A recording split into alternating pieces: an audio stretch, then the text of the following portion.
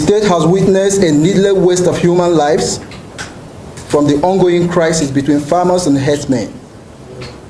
What has been less reported, however, is the ignoble role of the man who should have prevented the whole carnage in the first place, the Benue State Governor, Samuel Ortom.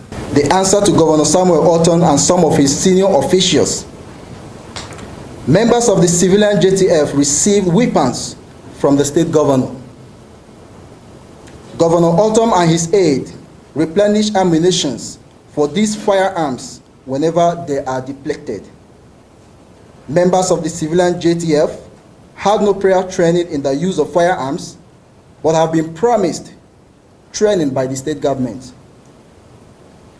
While members operate under the name civilian JTF, their actual modus operandi is that of ethnic militia.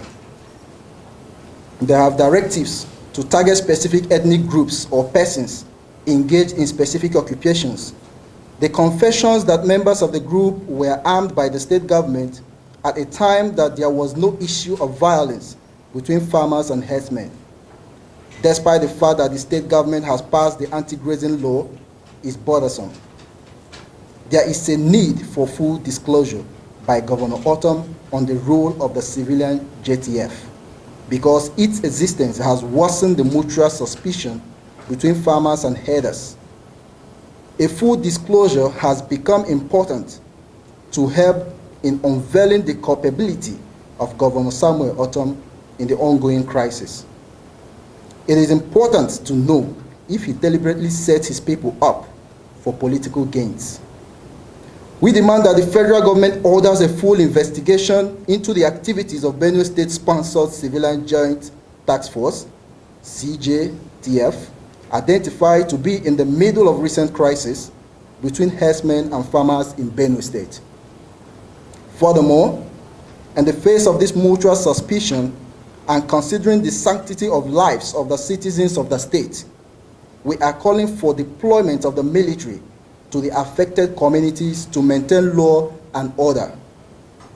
We also demand that a state of emergency be immediately declared in Benue State and any other state where crisis between herders and farmers may break out in the nearest future, so as to forestall any further deterioration of the crisis anywhere in the country. The state of emergency will also serve as a warning to governors and other political actors who think they can make a mockery of the security situation in the country by unnecessarily engaging in political jamboree for selfish reasons.